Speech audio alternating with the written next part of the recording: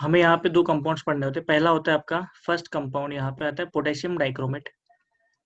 Potassium dichromate, ये क्या होता है? Potassium dichromate. ओके, हमें पढ़ना होता है potassium dichromate.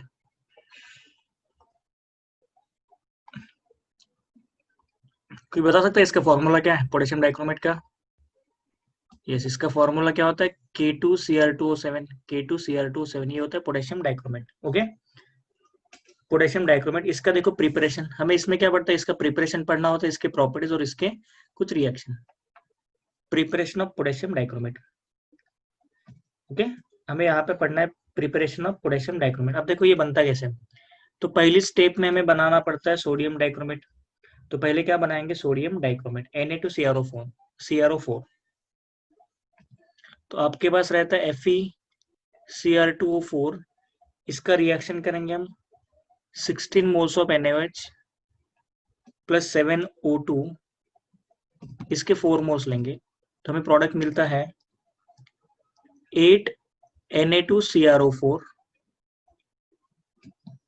Plus twice Fe2O3 plus 8 times H2। ये बैलेंस केमिकल इक्वेशन। इससे हमें क्या मिला? Sodium chromate. ये जो रहेगा ये क्या है आपका? Sodium chromate. ये जो कंपाउंड मैंने लिखा है ये क्या होता है? Sodium chromate. तो पहले सोडियम क्रोमेट बनाना पड़ता है। पहले हम क्या बनाते हैं? Sodium chromate. ओके, पहले बन गया आपका सोडियम क्रोमेट। अब क्या करते हैं? सोडियम डाइक्रोमेट बनाते हैं। हमें तो अल्टीमेटली क्या बनाना है? K2Cr2O7। तो हमें क्या बनाना है? Sodium dichromate. जो आपके पास Na2CrO4 है, इसका रिएक्शन करेंगे हम H2SO4 के साथ। यहाँ पे आपको प्रोडक्ट मिलने वाला है Na2Cr2O7 Na2Cr2O7 plus Na2SO4 plus water. अब ये जो कंपाउंड मिला आपको, ये है आपका सोडियम डाइक्रोमेट। ये क्या होगा? Sodium dichromate. ये क्या रहेगा? Sodium dichromate. ओके, ये आपका सोडियम डाइक्रोमेट है। तो पहले स्टेप में हमने सोडियम क्रोमेट बना दिया, सेकेंड स्टेप में हमने बनाया सोडियम डाइक्रोमेट। अब जो थर्ड स्टेप आता है, formation of potassium dichromate.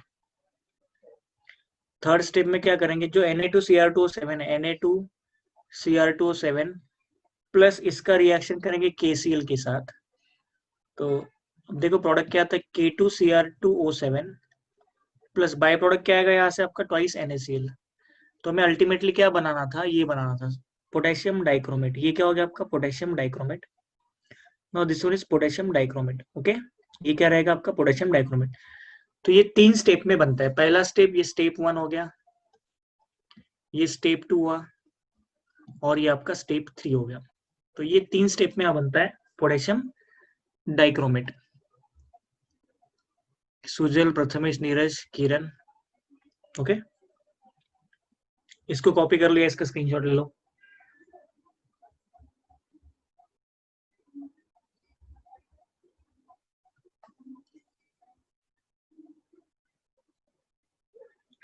Sophie is asking for lecture.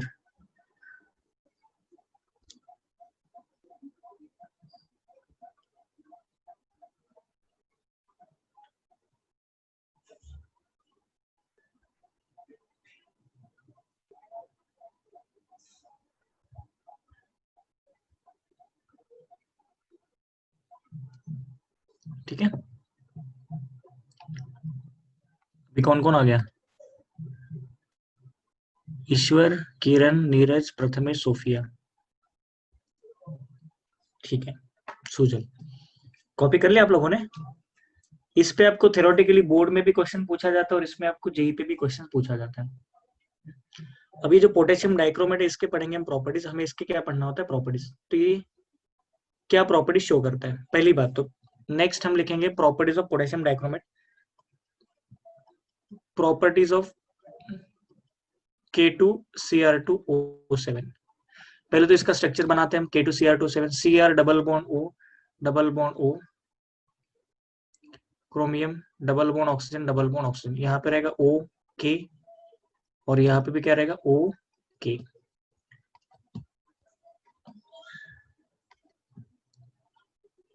K plus रहेगा और O माइनस रहेगा। K प्लस रहेगा, यहाँ पे क्या रहेगा? O minus. देखो आपका बैलेंस है, स्ट्रक्चर है। Number of chromium 2, number of oxygen 7 होने चाहिए, 7 है, और नंबर ऑफ पोटेशियम 2 है। ये होता है K2Cr27 का स्ट्रक्चर। ओके, K2Cr27 का स्ट्रक्चर ये होता है।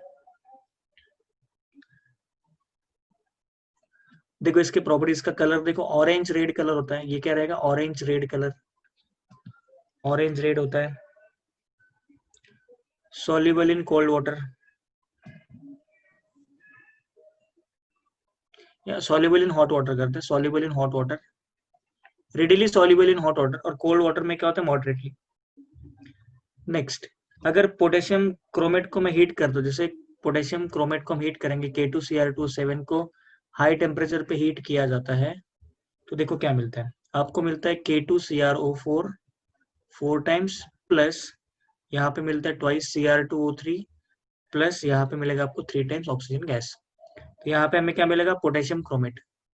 यहाँ पे मिलेगा आपको potassium chromate, this one is potassium chromate.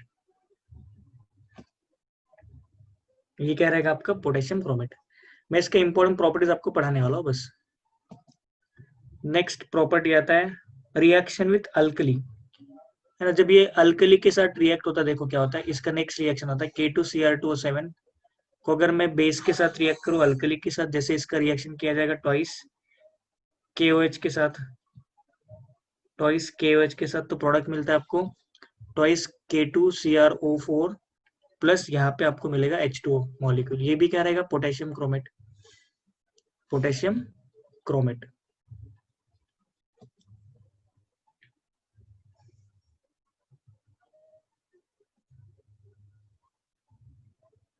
Okay, ये क्या रहेगा आपका? Potassium chromate. इसको कॉपी कर लो।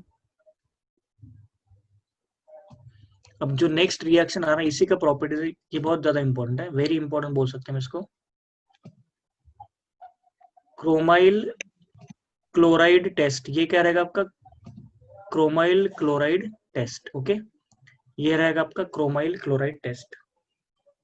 अब इसमें देखो क्या होता है, क्रोमाइल क्लोराइड बनता क्या है?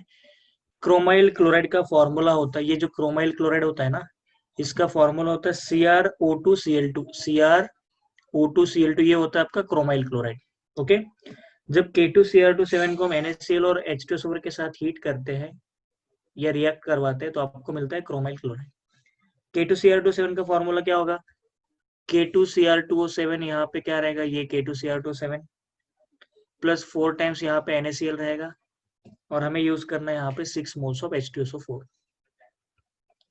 अब रिएक्शन होने के बाद आपको प्रोडक्ट मिलता है, यहाँ पे देखो CrO2Cl2, ये हो गया आपका क्रोमाइल क्लोराइड। क्रोमियम को बैलेंस करना है, क्रोमियम 2 है तो यहाँ पे 2 लिखेंगे, प्लस अब यहाँ पे बहुत सारे बाय प्रोडक्ट बनते हैं, twice KHSO4 potassium hydrogen sulphate, plus यहाँ पे मिलता है 4 times NaHSO4 sodium hydrogen sulphate, plus बचा कुचा प्रोडक्ट रहेगा आपका वाटर, 3 मोल्स ऑफ वाटर। ये रिएक्शन होगी। ये क्या होता है आपका? Chromyl chloride. This one is chromyl chloride. Okay, ये क्या रहेगा आपका? Chromyl chloride. इसको कॉपी कर लो।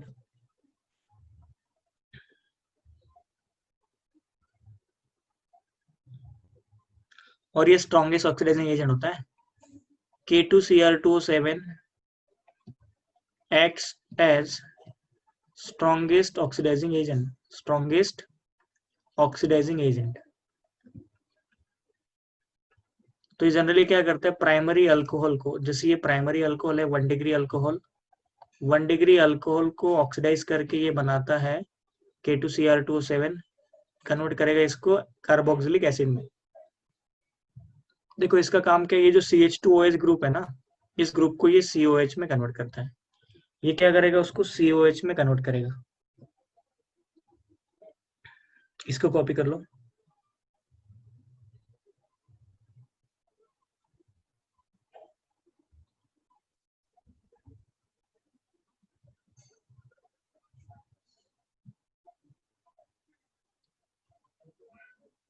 हो गया ये टेस्ट कॉपी करके आपने स्क्रीनशॉट ले लिया।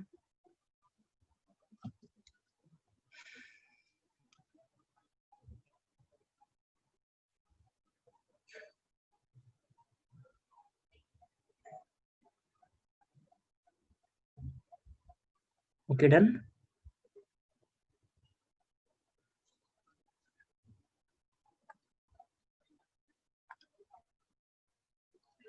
शुभम, गुड इवनिंग शुभम, कैसे हो बहुत दिनों बाद? गुड इवनिंग एलिना, ईश्वर,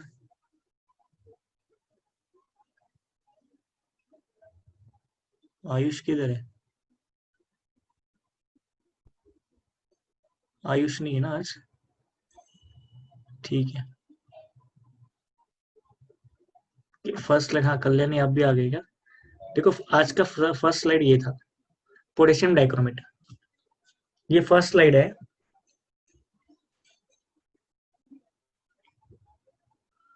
okay done. Next second slide आपका ये है,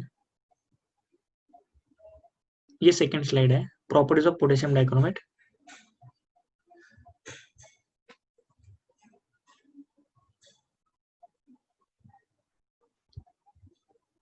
थर्ड स्लाइड आपका ये क्रोमाइल क्लोराइड टेस्ट।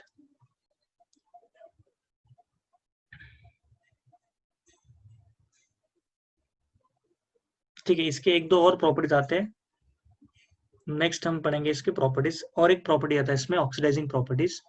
अब देखो ये रिड्यूसिंग प्रॉपर्टीज, ये ऑक्सीडाइजिंग प्रॉपर्टीज हम पढ़ेंगे। इट ऑक्सीडाइजेस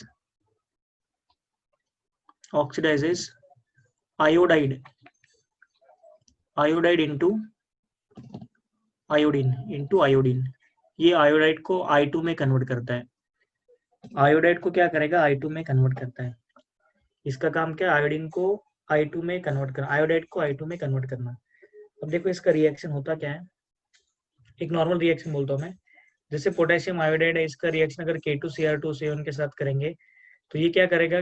Ki को I2 में कन्वर्ट कर लेगा। ये इसका जनरल इक्वेशन। ये क्या करेगा? पोटेशियम आयोडाइड को I2 में कन्वर्ट करता है। अभी इक्वेशन को अगर बैलेंस करना तो हम ऐसे लिखेंगे, K2Cr27 का रिएक्शन करेंगे H2SO4 के साथ। यहाँ पे आएगा आपका 7 moles of H2SO4 plus 6 moles of Ki potassium iodide. Product मिलेगा आपको 4 मोल्स ऑफ K2SO4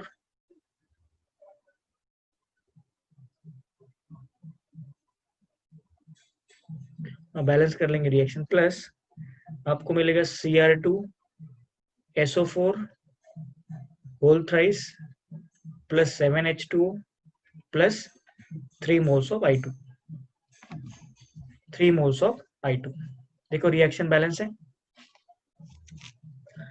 2 पोटेशियम और ये 6 पोटेशियम, टोटल 8 पोटेशियम। देखो प्रोडक्ट में आपके 8 पोटेशियम प्रेजेंट है, तो ये रिएक्शन बैलेंस हो गया। Balance chemical equation. इसने क्या किया, देखो ये हमारे पास था आयोडाइड, ये क्या हमारा iodide, this one is iodide. Iodide को कन्वर्ट किस में किया इसने? आयोडीन में। बस ये इसका एक एप्लीकेशन है ऑक्सीडाइजिंग प्रॉपर्टी में, आयोडाइड को आयोडीन में कन्वर्ट करता है।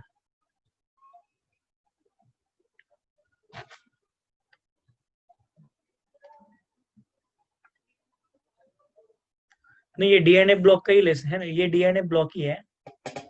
अभी तक आज हमारा डी ब्लॉक कंप्लीट हो जाएगा और थोड़ा सा एफ ब्लॉक है, उसको भी ट्राई करेंगे। ओके, कॉपी कर लिया आप लोगों ने इसको?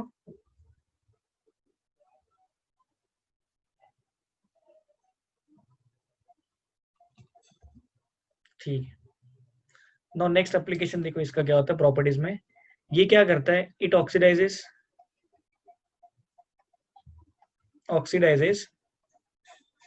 H2S into sulphur. H2S को सल्फर में ऑक्सीडाइज करता है, ये सल्फर सिंगल एस।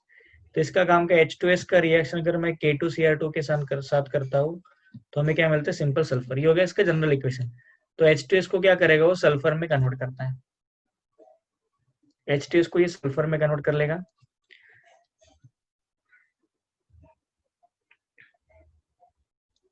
और इसका बैलेंस केमिकल इक्वेशन आता है K2Cr2O7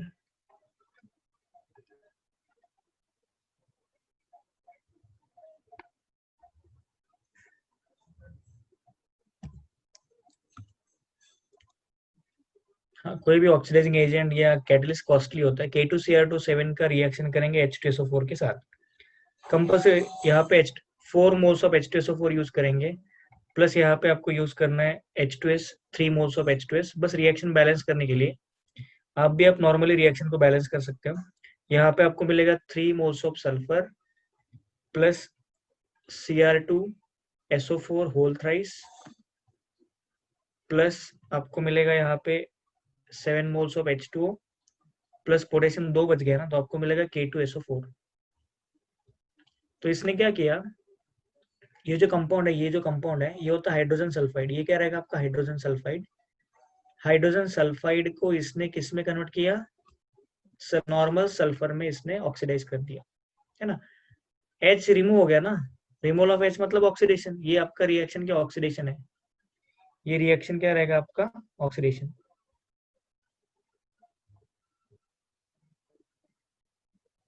ओके, इसको कॉपी कर लो। तो ये था method of preparation of potassium dichromate और उसके प्रॉपर्टीज, केमिकल प्रॉपर्टीज और उसके फिजिकल प्रॉपर्टीज।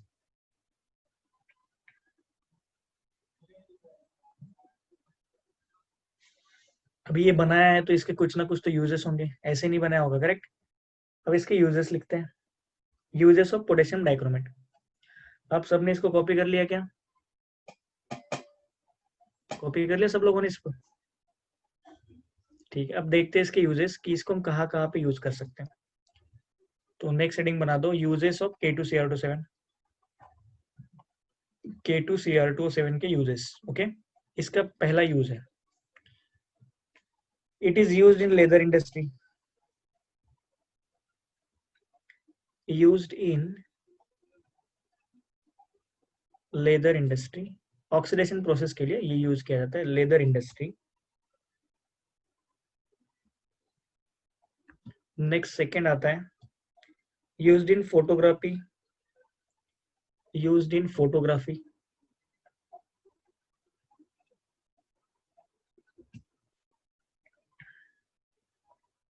और फोटोग्राफी ये क्या करता है, for hardening of gelatin, hardening of gelatin film, इसमें इसका यूज होता है।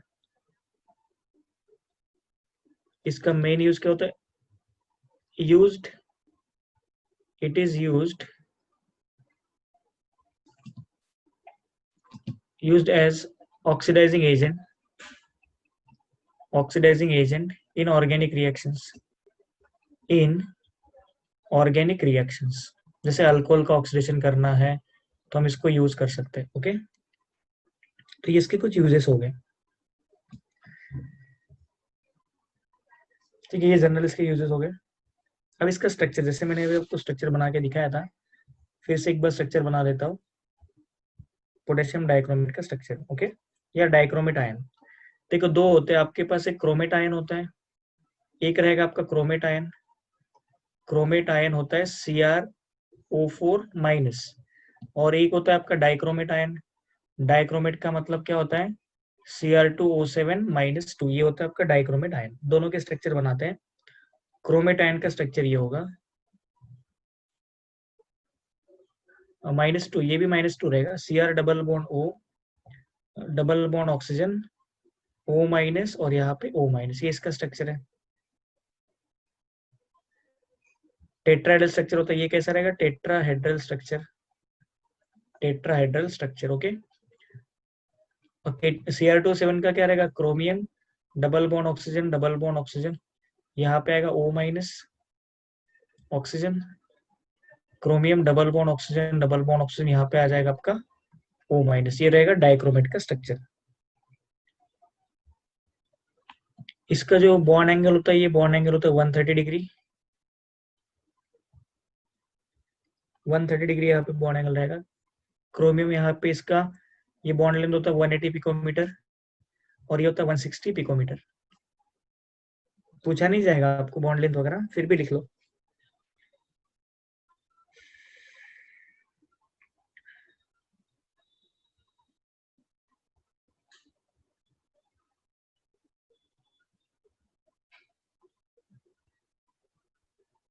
कॉपी कर लिया।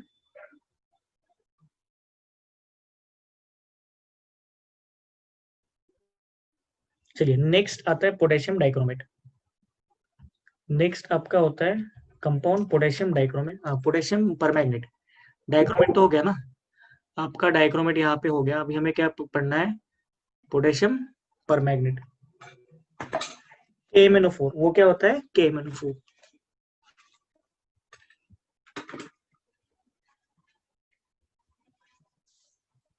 हेडिंग बना लो potassium permanganate that is KMnO4।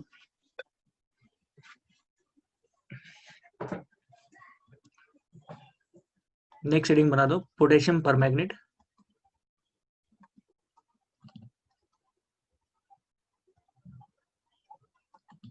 और ये होता है KMnO4। ये क्या रहेगा आपका KMnO4। Okay, KMnO4। इसका स्ट्रक्चर बना लेते हैं KMnO4 का। मैग्नीज रहेगा double bond oxygen, double bond oxygen, double bond oxygen, और एक रहेगा यहाँ पे ओके। ये माइनस रहेगा ऑक्सीजन और के पे क्या रहेगा प्लस चार्ज। ये होता है KMnO4 का स्ट्रक्चर। और ये भी किसका काम करता है, ऑक्सीडाइजिंग एजेंट का काम करता है। इसमें फिर से हमें क्या पढ़ना है, इसके मेथड ऑफ प्रिपरेशन, इसके प्रॉपर्टीज और इसके थोड़े बहुत यूजेस। ठीक है,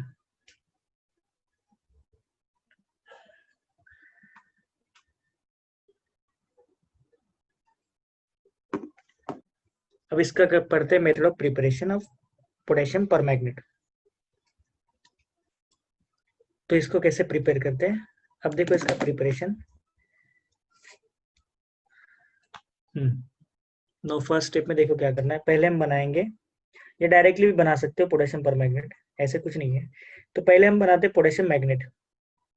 ठीक है, इसका रिएक्शन करेंगे MnO2 का रिएक्शन। पहले मैग्नीज तो चाहिए हमें, तो ट्वाइस MnO2 को रिएक्ट करवाएंगे ट्वाइस KOH के साथ। या 4 मोल्स ऑफ KOH बैलेंस करने के लेंगे, यहाँ पे ऑक्सीजन के प्रेजेंस में रिएक्शन करेंगे। यहाँ पे मिलेगा आपको K2MnO4 plus twice H2। K2 यहाँ पे ट्वाइस मिलेगा, तो ये रिएक्शन हो गया आपका। हमें क्या मिला K2MnO4। अब क्या करते देखो, ये जो K2MnO4 है उसको रिएक्ट करवाएंगे, K2MnO4 को रिएक्ट करवाएंगे KCl HCl के साथ। हम किसके साथ रिएक्ट करवाएंगे इसको, KCl और HCl के साथ। अब देखो क्या होता है, ये Cl2 के साथ रिएक्ट करवाते हैं। अब हमें Cl चाहिए तो मैं Cl2 के साथ रिएक्ट करवाता हूँ।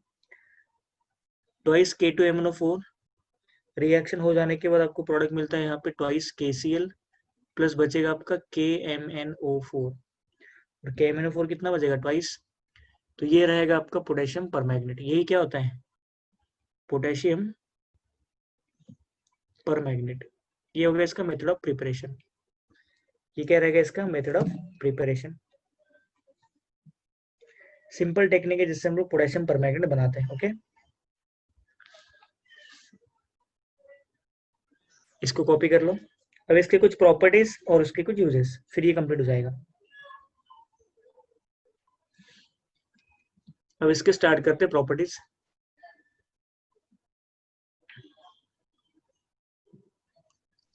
नेक्स्ट हेडिंग बना दो प्रॉपर्टीज।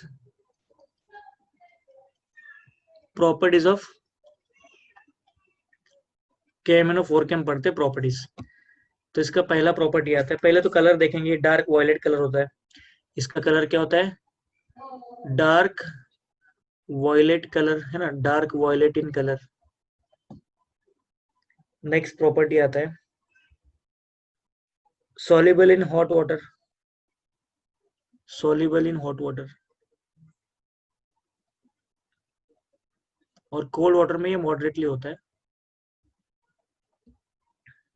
ना। हीट करने के बाद अगर मैं इसको हीट करता हूँ, ऑन हीटिंग, ये क्या देता है देखो, जैसे अगर आप KMnO4 को हीट करते हो, on heating KMnO4 gives K2MnO4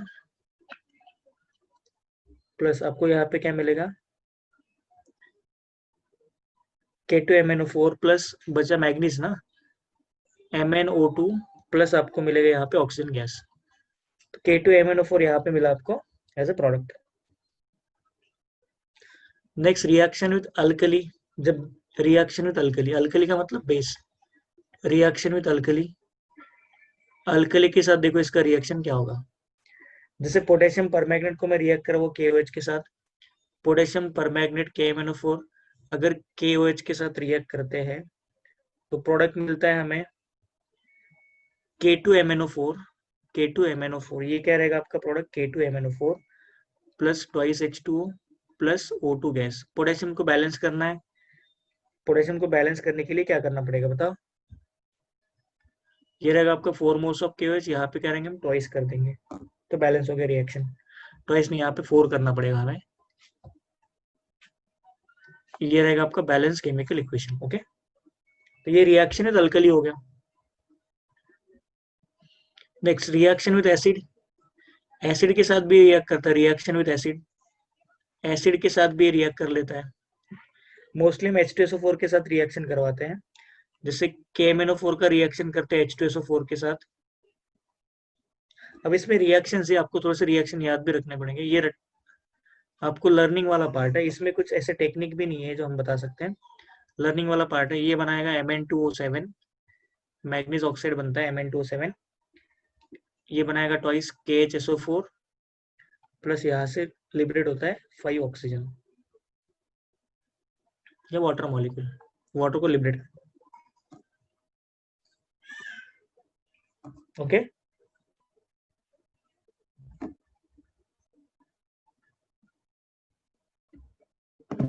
जैसे ये क्या करता है, आयोडाइड को आयोडीन में कन्वर्ट करता है, वही K2Cr2 जैसे ही सेम, ये क्या करेगा, आयोडाइड को आयोडीन में कन्वर्ट करेगा।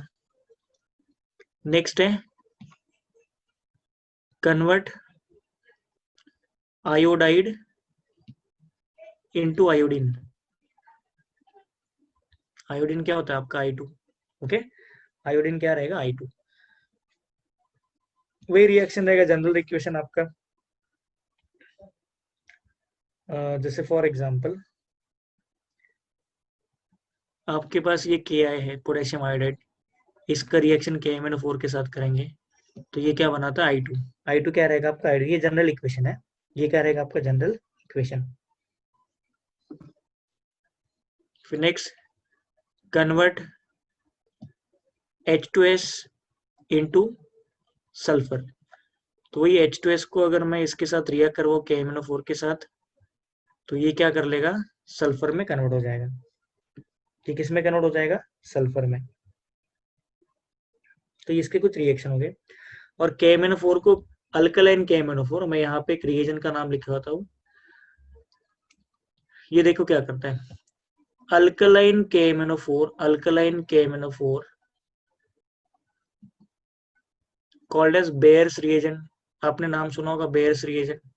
ये क्या होता है, बेयर्स रिएजेंट, ये क्या करेगा, बेयर्स रिएजेंट है। अब इसका काम देखो क्या होता है,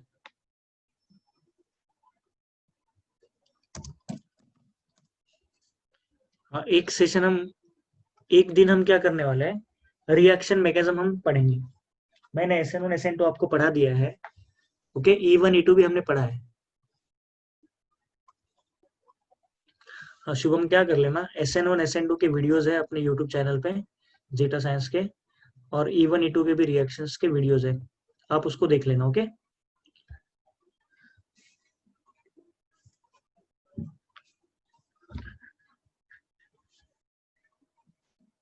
नाउ अब देखो ये क्या करता है, अल्कीन को, इथीन को, जैसे ये इथीन है, इथीन को अगर मैं H2 के साथ रिएक्ट कराऊँ इन प्रेजेंस ऑफ KMnO4 तो ये देखो क्या करता है, ये ऑक्सीजन प्रोवाइड करता है। अब यहाँ पे हमें मिल जाता है डाइऑल, यहाँ पे प्रोडक्ट क्या मिलेगा, डाइऑल। ये क्या करता है, अल्कीन को डाइऑल में कन्वर्ट करता है, अल्कीन को डाइऑल में कन्वर्ट करेगा। ये क्या करता है, अल्कीन को डाइऑल में कन्वर्ट करता है। ओके, तो ये हो गए इसके properties.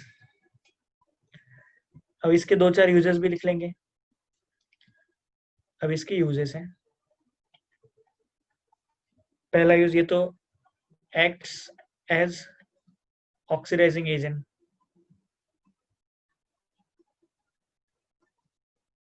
In various organic reactions, in various organic reactions. Okay, तो इसका पहला काम क्या, ऑक्सीडाइजिंग एजेंट का काम करेगा। ये डिसइंफेक्टेंट भी होता है,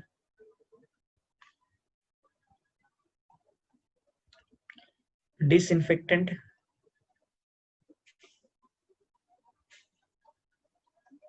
एंड जर्मिसाइड।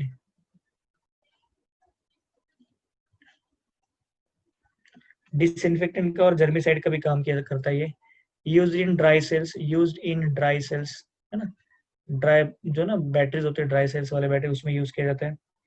इसके जनरल यूज हो गए। तो इसमें हमने पढ़ा potassium dichromate and potassium permanganate.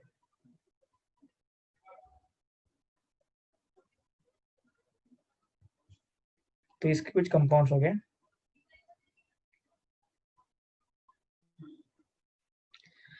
Okay, इसको कॉपी कर लो। अब मैं डी ब्लॉक के कुछ कंपाउंड्स पढ़ाने जा रहा हूँ जो इंपॉर्टेंट है, other than K2Cr27 and KMnO4। आप ये लिख लेना। Other than KMnO4 and K2Cr27 दो तीन कंपाउंड ज्यादा इंपॉर्टेंट होते हैं, हम उसको पढ़ लेंगे। ओके, तो एक होता है विट्रॉल करके कंपाउंड आता है, कॉपर सल्फेट। नेक्स्ट पढ़ेंगे हम कॉपर सल्फेट। नेक्स्ट कंपाउंड है कॉपर सल्फेट। कॉपर सल्फेट को बोल देते हैं ब्लू विट्रॉल। ये क्या होता है? Blue vitriol. और इसी को हम, इसका फॉर्मूला होता है copper sulphate CuSO4 along with 5 moles of water. ये होता है ब्लू विट्रॉल। इसका स्पेशल नेम क्या होता है? Blue vitriol. अब देखो ये बनता कैसे। तो इसमें बहुत सारे मेथड होते हैं, जैसे कॉपर ऑक्साइड को रिएक्ट करवा दो H2SO4 के साथ, प्रोडक्ट मिलेगा CuSO4 plus H2। CuSO4 plus H2, ये बन गया कॉपर सल्फेट। बन गया कॉपर सल्फेट। ओके,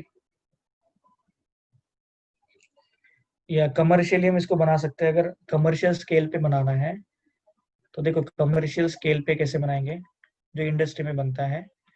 कॉपर को हीट करेंगे H2SO4 एंड O2 के प्रेजेंस में। O2 क्या रहेगा आपका? ऑक्सीजन, मतलब एयर। मैं इसको एयर बोलूंगा। तो प्रोडक्ट मिलता है CuSO4 प्लस H2। बैलेंस करने के लिए हमें यहाँ पे हाफ O2 लेना पड़ेगा। ये हो गया इसका मेथड ऑफ प्रिपरेशन। ये इसका मेथड ऑफ प्रिपरेशन हो गया। अब इसका एक इंपॉर्टेंट केमिकल रिएक्शन आता है, दैट इज हीटिंग इफेक्ट। इसका हमें पढ़ना है heating effect of CuSO4 and 5 times H2, heating effect on blue vitriol. Blue vitriol को अगर हम हीट करते हैं, देखो ब्लू विट्रॉल का फॉर्मूला क्या होता है? CuSO4 plus 5 times H2। ये क्या होता है आपका ब्लू विट्रॉल। ये रहेगा आपका ब्लू विट्रॉल। ये क्या होगा आपका ब्लू विट्रॉल।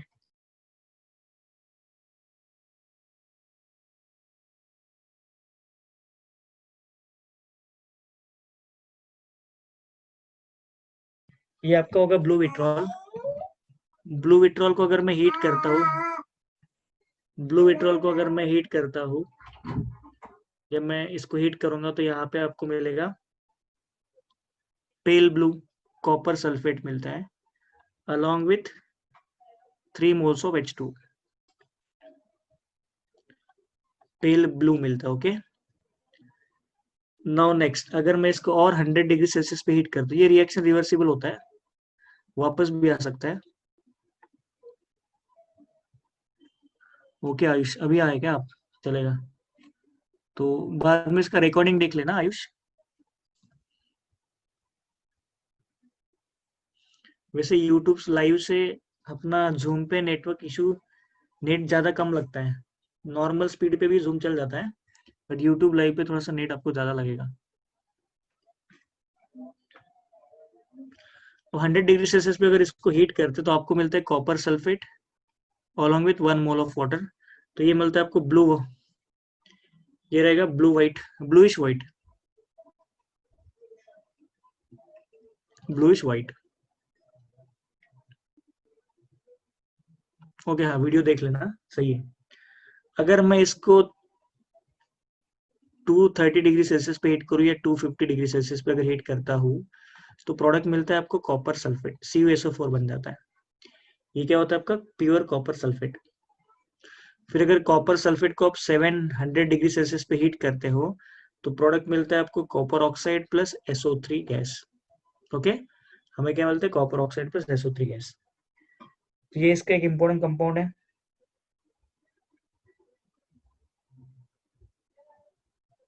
इसको कॉपी कर लो।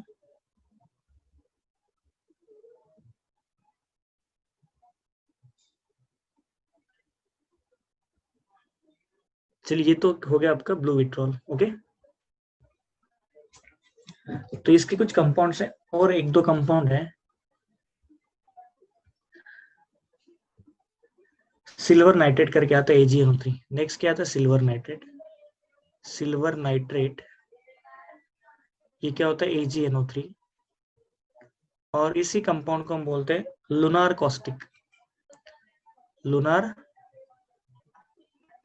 ये क्या होता है लुनार, इसका एक स्पेसिफिक नेम भी क्या होता है लुनार कॉस्टिक। इसको हम क्या बोल सकते हैं लुनार कॉस्टिक।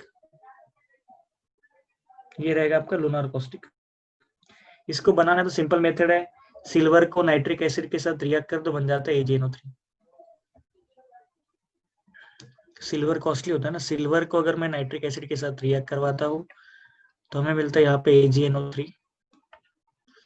रिएक्शन को बैलेंस करना है तो 3 moles of Ag, 4 moles of HNO3, यहाँ पे थ्राइस Ag मिलेगा, प्लस यहाँ पे नाइट्रिक ऑक्साइड मिलता है, प्लस ट्वाइस H2। ये हो गया बैलेंस केमिकल इक्वेशन।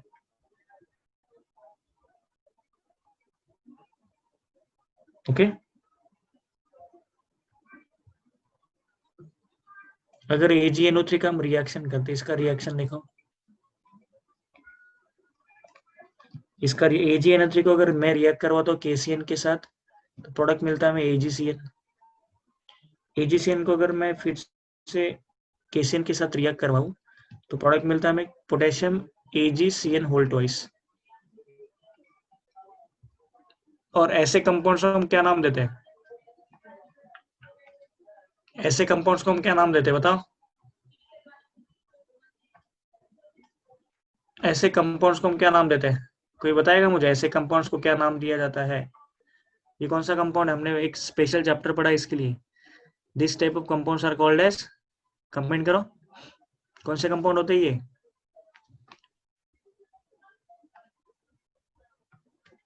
याद है ना ये कोऑर्डिनेशन कंपाउंड, करेक्ट, हाँ कोऑर्डिनेशन कंपाउंड। ऐसे कंपाउंड्स को क्या बोला जाता है कोऑर्डिनेशन कंपाउंड्स। आपका होमवर्क है इसका, आप आईयूपीएसी नेम लिखोगे, इसका आईयूपीएसी नेम आपको लिखना है। होमवर्क में क्या करोगे, इस कॉम्प्लेक्स का आईयूपीएसी नेम लिख के मुझे मैसेज करोगे मेरे पर्सनल नंबर पे। IUPAC name of KAgCN whole twice. Okay, इसका आप आईयूपीएसी नेम यहाँ पे लिख के मुझे बताओगे, या अभी बता दो।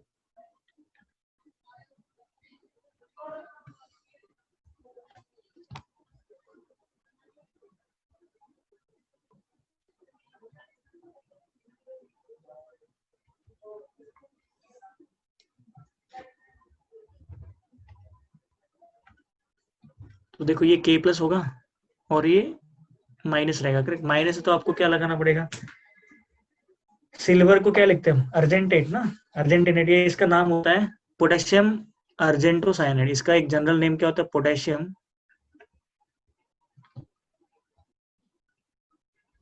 अर्जेंटोसाइनाइड। पोटेशियम अर्जेंटोसाइनाइड ये इसका एक स्पेशल नेम हो गया, ये कोऑर्डिनेशन कंपाउंड है, ठीक है।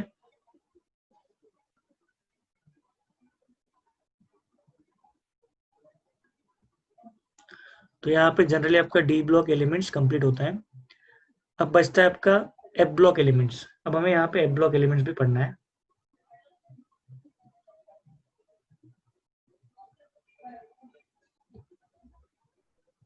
इसको कॉपी कर लिया सब लोगों ने,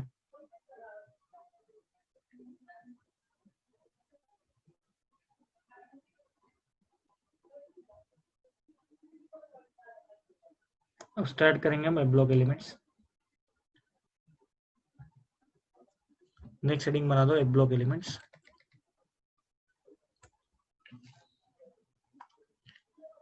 F block elements,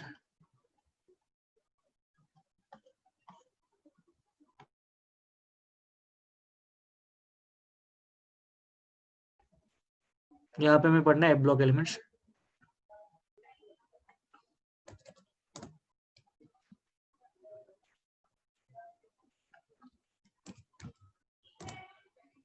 okay, F block elements. अब देखो एफ ब्लॉक एलिमेंट्स क्या होते हैं, जनरली इस एलिमेंट्स को बोल देते हैं rare earth elements. Rare earth elements rare क्यों बोला होगा, क्योंकि अर्थ क्रस्ट में हमें कुछ स्पेसिफिक जगह ही मिलते हैं, जैसे यूरेनियम।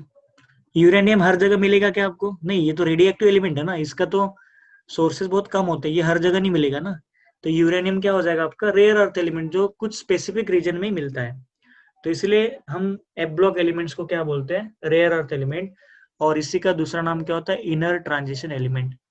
ये क्या होता है आपका इनर ट्रांजिशन एलिमेंट्स, इसी को हम बोलते हैं inner transition elements. Inner transition elements याद है मैंने स्टार्टिंग में क्लासिफिकेशन में बताया था A block D and A block के। मैं आपको एक बार वो स्लाइड दिखा देता हूँ। हमने स्टार्टिंग में देखा, देखो यहाँ पे दिख रहा है सबको पीरियोडिक टेबल। तो इनर ट्रांजिशन कहाँ पे होता है, देखो ये जो लेंथेनाइड और एक्टिनाइड्स होता है ना, ये जो आपका लेंथेनाइड है और एक्टिनाइड है ना, दिस वन इज लेंथेनाइड और ये क्या आपका एक्टिनाइड्स। लेंथेनाइड देखो ये डी ब्लॉक के अंदर प्रेजेंट होता है, इसलिए हम इसको क्या बोलते हैं, F block is nothing but the inner transition elements. इसी को हम क्या बोलते हैं, inner transition elements. F block elements are also called as inner transition elements, जो ट्रांजिशन एलिमेंट्स के अंदर प्रेजेंट होता है। इसमें दो सीरीज होता है, एक सीरीज क्या होता है आपका लेंथेनाइड और एक सीरीज क्या होता है आपका एक्टिनाइड्स, लेंथेनाइड्स एंड एक्टिनाइड्स। ये हमने स्टार्टिंग में पढ़ा था डी एंड एफ ब्लॉक के एलिमेंट्स में। तो एफ ब्लॉक को मैंने लिखा था, देखो यहाँ पे F blocks are called as inner transition elements. Okay, तो इसमें इतने सारे एलिमेंट्स होते हैं। ओके, तो चलिए अब जाते हैं हमारे मेन टॉपिक पे।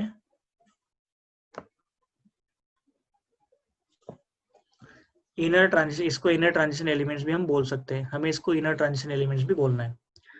अब देखो what is F block elements, तो मैं लिखूंगा इसमें elements whose last electrons, elements whose last electron enters in n-2 f subshell is called as f block elements। इसी को हम क्या बोलते हैं, f block elements। इसके कॉन्फ़िगरेशन पे भी क्वेश्चन पूछा जाता है, इसके कॉन्फ़िगरेशन पे भी आपको क्वेश्चन पूछा जाता है। तो देखो एफ ब्लॉक एलिमेंट्स दो टाइप्स में डिवाइड होते हैं। देखो एफ ब्लॉक को हम दो टाइप्स में लिखते हैं, F block element. F block देखो क्या होता है, इसका एक बनता है लेंथेनाइड सीरीज, यहाँ पे क्या बनता है लेंथेनॉइड, और दूसरा क्या होता है एक्टिनॉइड्स। ये क्या होगा आपका एक्टिनॉइड्स, ठीक है। एक लेंथेनाइड्स होता है और एक क्या होता है एक्टिनॉइड्स। अब देखो इसका इलेक्ट्रॉनिक कॉन्फ़िगरेशन लिखा कैसे जाता है। जनरली एफ ब्लॉक में लिखा जाता है n-2 f, n-2 f 1 to 14 ना, 1 to 14, n-1 d 0 to 1 and ns2। ये इसका जनरल इलेक्ट्रॉनिक कॉन्फ़िगरेशन होता है। ये क्या रहेगा इसका जनरल इलेक्ट्रॉनिक कॉन्फ़िगरेशन। देखो मैं एक टेक्निक बोलूंगा, अब लिखना कैसे। ये क्या होता है इसका general electronic configuration,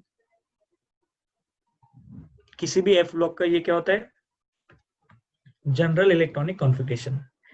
where N क्या होता है, N is nothing but the principal quantum number. यहाँ पे एन क्या होता है, where N is equal to principal quantum number, principal quantum number. Okay, ये क्या होता है प्रिंसिपल क्वांटम नंबर। नाउ अब हमें लेंथेनाइड्स का भी इलेक्ट्रॉनिक कॉन्फ़िगरेशन लिखना है और हमें एक्टिनाइड्स का भी इलेक्ट्रॉनिक कॉन्फ़िगरेशन लिखना है। तो देखो हम कैसे लिखेंगे, चलिए अब देखते हैं। जब लेंथेनाइड का लिखना है तो आप n का वैल्यू क्या करोगे, n का वैल्यू यहाँ पे 6 रख दो, n इज इक्वल टू 6 रखो। तो इस फॉर्मूला में आपको n इज इक्वल टू 6 रखना है। देखो फॉर्मूला क्या बनेगा, n-2 6 - 2 कितना होगा 4f, 4f 1 to 14, n-1 मतलब क्या हो जाएगा 5d, 5d 0 to 1, और यहाँ पे लास्ट में क्या बन जाएगा बताओ 6s2। ये हो गया इसका जनरल इलेक्ट्रॉनिक कॉन्फ़िगरेशन। ये किसका रहेगा, आपके लेंथेनाइड सीरीज का इलेक्ट्रॉनिक कॉन्फ़िगरेशन होगा। ये रहेगा लेंथेनाइड्स का इलेक्ट्रॉनिक कॉन्फ़िगरेशन। अब आता है एक्टिनाइड्स। एक्टिनाइड्स में क्या करोगे बताओ, यहाँ पे रखना n इज इक्वल टू 7, यहाँ पे क्या रखोगे आप n इज इक्वल टू 7। तो 7 रखने के बाद क्या होगा 5f 1 to 14, उसके बाद यहाँ पे आता है 6d 0 to 1, और लास्ट में क्या आएगा 7s2। ये हो गया इसका general electronic configuration for actinides. Okay, general electronic configuration of actinides. तो लेंथेनाइड्स 14 होते हैं और एक्टिनाइड्स भी क्या होते हैं आपके 14। तो यहाँ पे आप करेंगे 14 लेंथेनाइड्स प्रेजेंट रहेंगे, यहाँ पे 14 लेंथेनाइड्स होते हैं, और यहाँ पे 14 एक्टिनाइड्स होते हैं। Okay, most of the lanthanides and actinides are radioactives. ये क्या होता है? Radioactive elements. तो पहले पढ़ते हैं हम लेंथेनाइड्स। पहले हमें क्या पढ़ना है? लेंथेनाइड। ओके, हमें यहाँ पे पढ़ना है लेंथेनाइड्स। पहला स्टार्ट करते हैं लेंथेनाइड सीरीज। फर्स्ट है आपका लेंथेनाइड। देखो लेंथेनाइड स्टार्ट का मैं यहाँ पे 14 लेंथेनाइड्स लिखता हूँ, है ना। यहाँ एक्चुअली यहाँ से स्टार्ट होता है लेंथेनम, ये एक्स्ट्रा है लेंथेनम। सेरियम, मैं नाम ही लिख लेता हूँ, लेंथेनम सेरियम। सिंबल क्या होगा? LaCe, cerium. उसके बाद आता है प्रेसियोडाइमियम, इसका मतलब Pr होता है। नेक्स्ट आता है नियोडाइमियम, ये क्या रहेगा? Nd क्या होता है? नियोडाइमियम। नेक्स्ट प्रोमिथियम, ये होता है Pm। नेक्स्ट होता है समैरियम क्या होता है? Sm। ओके, समैरियम क्या रहेगा आपका? Sm। उसके बाद आता है यूरोपियम। नेक्स्ट होता है गैडोलोनियम।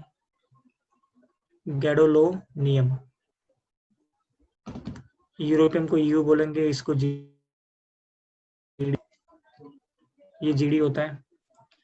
उसके बाद टर्बियम, ये क्या रहेगा आपका? टर्बियम, इसको टीबी बोला जाता है। नेक्स्ट होता है डिस्प्रोसनियम या डिस्प्रोसियम भी बोलते हैं इसको, डिस्प्रोसियम। इसका सिंबल होता है DY। उसके बाद होल्मियम HO होता है। अर्बियम क्या होता है आपका? ER।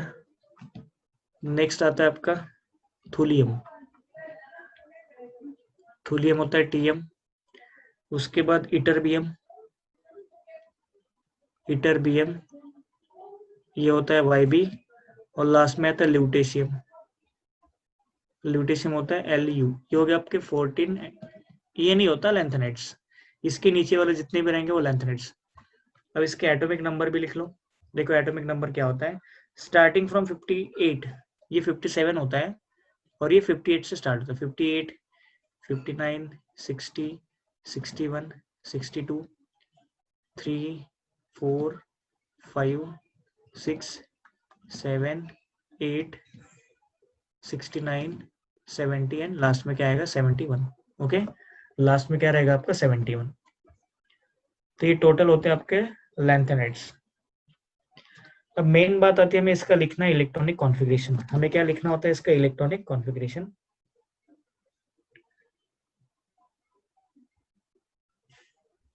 मैं इसका इलेक्ट्रॉनिक कॉन्फ़िगरेशन कैसे लिखना है आपको बता देता हूँ। ओके,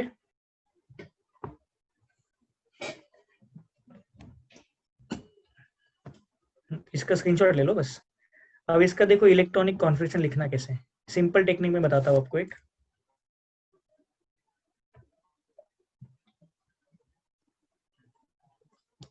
अब हेडिंग बना दो electronic configuration of lanthanides. Electronic configuration of lanthanides.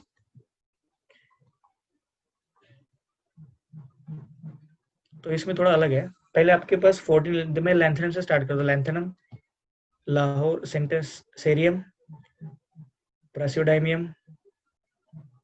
मैं लिख लेता हूं पहले।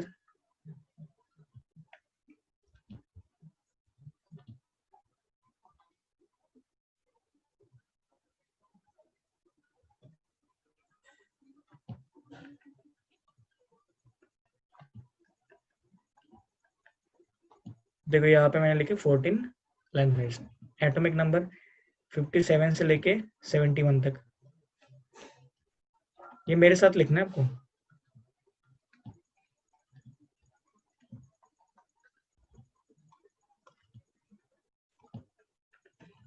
68, 69, 70 एंड 71। ओके, अब लैंथेनम से पहले एक नोबल गैस होता है जेनॉन। जेनॉन होता है ना सब में, तो यहाँ पे सब में क्या रहेगा, जेनॉन। जेनॉन कॉमन होगा, मैं इसका नोबल गैस इलेक्ट्रॉनिक कॉन्फिगरेशन लिखूंगा जेनॉन। यहाँ पे जेनॉन, हर जगह जेनॉन कॉमन होगा। यहाँ पे क्या रहेगा, जेनॉन। हमें जेनॉन का एटॉमिक नंबर दिया जाता है 54, उसको लिखने की जरूरत नहीं, ऑलरेडी वो इलेक्ट्रॉनिक कॉन्फिगरेशन में आ जाता है। जेनॉन 54 होता है, जेनॉन का एटॉमिक नंबर कितना होता है, 54। सबको पता होना चाहिए जेनॉन का एटॉमिक नंबर क्या होता है, 54। और लैंथेनाइड्स का जनरल इलेक्ट्रॉनिक कॉन्फिगरेशन क्या होता है बताओ, 4f 5d 6s। एस में हमेशा 2 इलेक्ट्रॉन होते हैं, अब सब में ये रहेगा, एस में हमेशा 2 इलेक्ट्रॉन्स होते हैं, अब सब में ऐसा लिखोगे। मैं बताता हूँ 2-4 एलिमेंट, बाकी आप लिख लेना।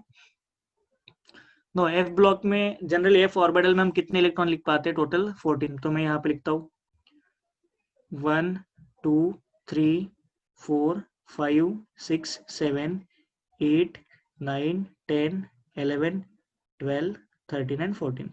तो 7 क्या रहेगा, हाफ फिल, तो इसको एज इट इज रखना। और 14 क्या रहेगा, फुल फिल, इसको एज इट इज रखना। ओके, मैंने क्या किया, 7 और 14 को ऐसे ही रखा। अब आप क्या करोगे, यहाँ से 2 को कैंसिल कर लेना और 8 को कैंसिल कर लेना, बाकी सब कुछ सेम रहेगा। अब देखो आपका न्यू इलेक्ट्रॉनिक कॉन्फिगरेशन कैसा होगा। देखो 1 के जगह 1 है, फिर 2 के जगह क्या आएगा 3, यहाँ पे 4, यहाँ पे 5, एक एक नंबर बढ़ रहा है, यहाँ पे 6, यहाँ पे 7। देखो 7 7 2 टाइम्स आ गया। फिर 8 के जगह क्या आएगा, 9 10 11 12 13 14 2 टाइम्स आ गया। ओके, 14 क्या आ गया, 2 टाइम्स। ये जो इलेक्ट्रॉन है ये एफ इलेक्ट्रॉन्स है, हमें एफ में लिखने हैं। ये क्या हो गया आपके एफ इलेक्ट्रॉन्स। अब देखो लैंथेनम तो ये है ही नहीं, ये तो एफ ब्लॉक का पार्ट नहीं, एफ ब्लॉक सीरियम से स्टार्ट होता है, तो इसमें 5d1 आ जाता है। नहीं देखो 54, हाँ ठीक है। देखो अब कैसे लिखना है, 57 इलेक्ट्रॉन हमें लिखने थे, 54 और ये 2 कितना हो गया, 56, और इसमें एक आया 7। अब स्टार्टिंग यहाँ से करना सीरियम से। अब समझ लो कैसे लिखना है। देखो जेनॉन का तो 54 है, तो यहाँ पे आएगा 4f 5d 6s2, एस में तो 2 कंपलसरी है।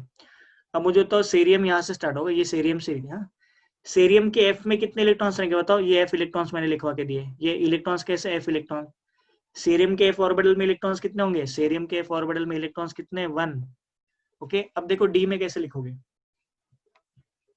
ये 54 54 प्लस 2 कितना हो गया, देखो 54 प्लस 2 56, 56 प्लस 1 7, और डी में कितना जाएगा बताओ, जो बचा कुछ है वो डी में दे दो मुझे। तो डी में कितने इलेक्ट्रॉन्स लिखने पड़ेंगे, यहाँ पे डी में कितने इलेक्ट्रॉन्स लिखने पड़ेंगे बताइए। डी में आपको कितने इलेक्ट्रॉन्स लिखने पड़ेंगे, कमेंट करो। डी में कितने लिखने पड़ेंगे, एक ही लिखना पड़ेगा ना। देखो हमारे पास टोटली 58 इलेक्ट्रॉन्स थे, इसमें से 54 आपके जेनॉन के थे, एस में 2 56, और एफ में मैंने, ये एफ के इलेक्ट्रॉन्स है, ये जो हम लिख रहे हैं ना, ये किसके इलेक्ट्रॉन्स है, ये एफ इलेक्ट्रॉन्स है। ओके, एफ में 1 आ गया, तो 56 प्लस 1 7, तो बचा कुछ डी में जाओ। हाँ, अब इसका ट्राई करते हैं, 4f 5d 6s2 कंपल्सरी 54। तो इसमें कितना आ रहा है 3, तो f3 लिखेंगे। अब बचाओ, अब बताओ कितना है, डी में कितना जाएगा, इसका 54, 54 प्लस 3 कितना हो गया 57, 57 प्लस 2 कितना होगा 59, तो डी में क्या रहेगा 0, डी में क्या रह जाएगा 0। वैसे मैं इसका लिखूंगा 4f 5d 6s2 कंपल्सरी। ये क्या रहेगा आपका 6s2 कंपल्सरी, 6s2 क्या रहेगा आपका कंपल्सरी। अब 4f में कितना है, यहाँ पे 4f में यहाँ पे 4 है, देखो 4f 4 है। 5d में कितना रहेगा बताओ, ये जो इलेक्ट्रॉन्स लिखे मैंने ये एफ इलेक्ट्रॉन्स है, तो 5d में कितना होना चाहिए, यहाँ पे 5d में कितना होना चाहिए बताओ, कमेंट करो। 5d में कितना होना चाहिए, बिल्कुल 0 होना चाहिए।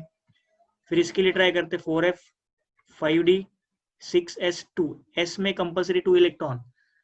फिर उसके बाद 4f में कितने आ रहे 5, तो यहाँ पे लिखो 5। अब मुझे डी में कितने रहेंगे बताओ, ये 54, 54 प्लस 5 59, 59 प्लस 2 कितना होगा 61, तो डी में क्या हो जाएगा 0। 4f 5d 6s2, अब इसके लिए बताओ 4f में कितना है 6, तो यहाँ पे 6 लिख देंगे। और डी में कितना आता है बताओ, डी में कितना आएगा,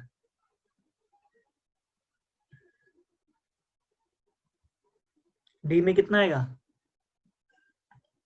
कमेंट करो डी में कितना आएगा, बिल्कुल जीरो आएगा ना, डी में जीरो रहेगा। देखो 54 प्लस 6 60, 60 प्लस 2 62। मैं ये कंप्लीट करके देता हूँ, बाकी ये वाला जो पार्ट है ना आप कंप्लीट करो, ये वाला पार्ट आपको कंप्लीट करना है। Okay, now next 4f 5d 6s 2, 2 तो कंपल्सरी रहेगा। फिर यूरोपियन में कितना है 7 है, तो यहाँ पे लिख दो 7। तो डी में बताओ कितना रहेगा, ये 54, 54 प्लस 7 61, 61 प्लस 2 63। तो डी में क्या बचा, जीरो बचा। लास्ट गैडोलिनियम, ये इंपॉर्टेंट है, इस पे जेई पे क्वेश्चन पूछा गया है, ये इंपॉर्टेंट है, इस पे जेई पे क्वेश्चन पूछा गया है। तो गैडोलिनियम का बताओ मुझे क्या होगा, गैडोलिनियम में क्या होगा, ये 4f, ये 5d और ये 6s2। 4f में कितना है, देखो इसके 4f में कितना है 7, तो 7 लिख दो। 5d में कितना आएगा बताओ, 5d में कितना आने वाला है आयुष, 5d में कितना आएगा, देखो 54 प्लस 7 कितना हो गया, 54 प्लस 7 61, 61 प्लस 2 63, और एक बच गया ना, एक लिखो यहाँ पे 5d1। समझ गया कैसे लिखा मैंने। बाकी आप क्या करोगे, ये वाला ये वाले एलिमेंट्स आप कंप्लीट करोगे और मुझे नोट्स में भेजोगे।